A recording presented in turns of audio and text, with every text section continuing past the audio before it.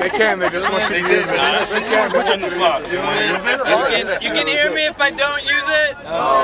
See, they can hear you. Otherwise, they wouldn't answer. What? What? Yeah. So, behind us to the right is the mountain that the archers stood on to kind of change the tide of the battle that took place here. And we just want to point out a few key areas, and I'll let you guys disperse so that you can reflect and kind of contemplate on what this means to us in terms of our tradition and our history, and also what it means to you individually. So we're trying to understand how the battle played out. The Muslims were in a place where we were actually winning, and in their zeal in wanting to participate and join in the victory, the archers that were stationed on this mountain behind us, they went to join the rest of the Muslims. And what you had from the mushrikeen was a flank that was being led by a person who wasn't Muslim at that time. His name was Ikrama, the son of Abu Jahl.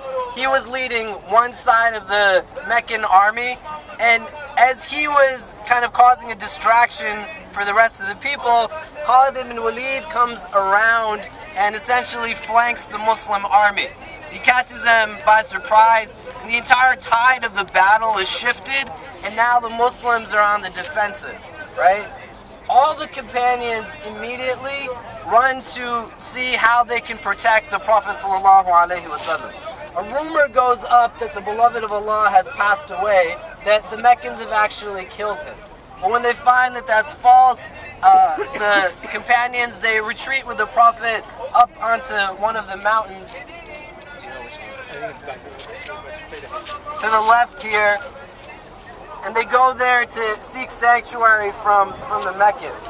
At this point in time, the Prophet is already injured. And he's not just, his hand is hurt or his leg is hurt, but his tooth is broken, there's blood coming off of his face, and we mentioned it a couple of times already, but at that point in time, when the Prophet ﷺ's blessed face is pierced and blood is dripping from it, rather than being in a place where he's thinking of himself, this man as a mercy to the world is jumping to the ground to catch the blood in his hands. And when his companions ask him, why are you doing this? He says that those people, pointing to the Meccans, wouldn't be able to handle what would happen to them if this blood hit that ground. This is the kind of character that this man espoused, always thinking of others before he thought of himself. Right? And we don't want to go too much into it because it's hot and we want people to move around. As they're standing there, the Meccans come to the mountain and they say that, you had your day, meaning the Battle of Badr, and today is our day, right? Uhud is ours. Essentially, we won, we beat you. We don't want to think about it in kind of a defeatist attitude, but one of the things we want to reflect deeply on is that Islam as a tradition is meant to teach its practitioner about reality. And the reality of the situation is that on this day in this place, the Muslims lost. They didn't win this battle. They didn't win this battle, and many of the senior companions were either injured or we lost them on this day. Mus'ab ibn Umair, radiallahu anh, who is the emissary that came to Medina to propagate Islam to the people there and kind of got them in a place where they were wanting to receive the Prophet, he finds himself in a place where he's the standard bearer during the army. He's holding the flag. And when he hears news that potentially the Prophet has been hurt or even killed, he goes into the thick of the battle with the flag in one hand and his sword in the other. And as he's engaging someone in battle, they cut off one of his arms. And so he shifts what the hand that the flag is being held in so that he wouldn't let it go because the Prophet told him, you hold this flag of Islam. They cut off his other arm and they say that he's now holding it between the stubs of his arms. They mutilate this man's very body, but he wouldn't let that flag of Islam fall for any reason. They had to take him literally apart. Now when they come to the end of the battle, the Prophet remembers this man Mus'ab when he comes to his body. Prior to his converting to Islam, he was somebody who all the women of the city loved him. He wore the best of clothes. He had on the most fragrance of scents. And when he became Muslim, he left behind all of his family and all of this for the sake of Allah.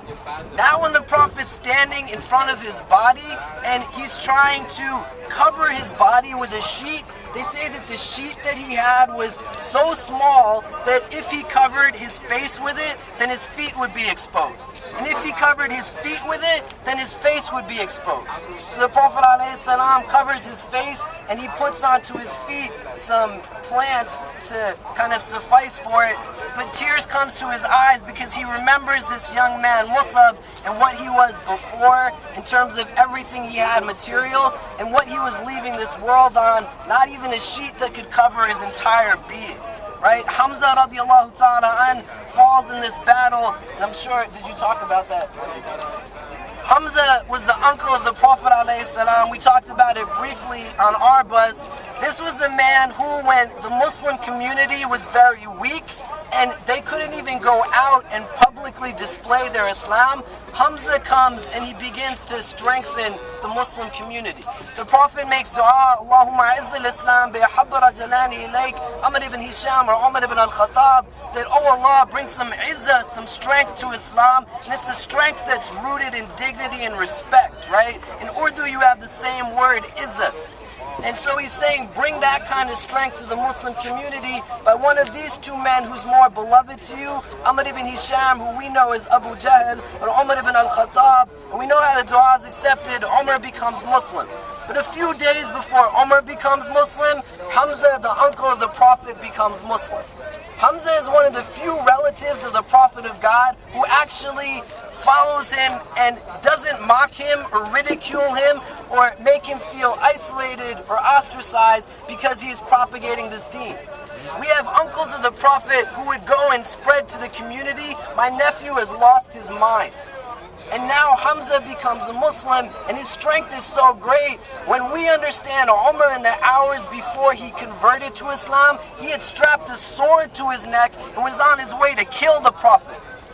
And now when he's coming and he still has that sword, but he's coming for a different reason, and he knocks on the door where the Prophet is, and the companions, they run and they scatter because they're afraid of Umar and they don't know why he's coming. Everybody hides except Hamza. And Hamza says, let me go and open the door.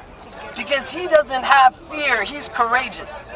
And the Prophet goes and he engages Umar and he says, isn't it time, Umar? And now with Umar and Hamza, for the first time, the Muslims can walk through the streets. Umar ibn al-Khattab and Hamza stand in front of two lines and the Prophet is standing in between the lines and they're walking because nobody can challenge these men. They bring a certain strength, they bring a certain dignity, and it enables the Muslims to build off of that. And Hamza passes away in this battle. Hamza not only passes away, but his body is mutilated by a man by the name of Washi, who throws a spear at him under the command of a woman by the name of Hind. And after he is taken down, Hind commands his body to be torn open, and she chews from the liver of Hamza. This is what the Prophet has to deal with. We see a lot of other companions who passed away. There's about 70 companions that are buried in a cemetery that is to our left. You want to go there, recite Surah Fatiha, if you know some of Surah Yasin, and let Sheikh Khalid add in some more things that you can do. The Prophet, towards the end of his life, he goes and he stands in front of this cemetery. And he says, speaking to these men who stood with him during the struggle, that you and I, we're going to be reunited again soon. And when we go to the Masjid Qibla, we'll talk about this idea of loyalty in the frame of the